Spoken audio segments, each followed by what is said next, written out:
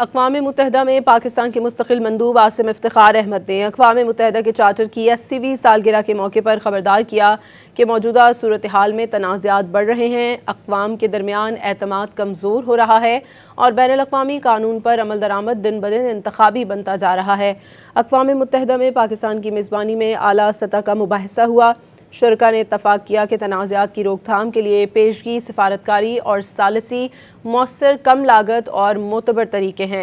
उन्होंने नौजवानों, ख़वातीन और सिविल सोसाइटी की बामायने शमूलियत को भी अमन व सलामती के क़याम में अहम शराकतदार के तौर पर उजागर किया।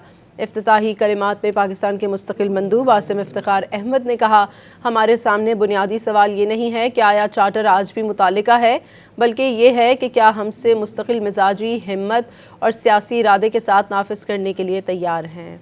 अक़वाम मुत्तहिदा में पाकिस्तान की मेज़बानी में आला सतह का मुबाहिसा हुआ।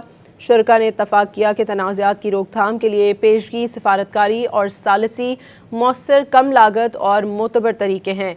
उन्होंने नौजवानों, ख़वातीन और सिविल सोसाइटी की बामायने शमूलियत को भी अमन व सलामती के क़याम में अहम शराकतदार के तौर पर उजागर किया।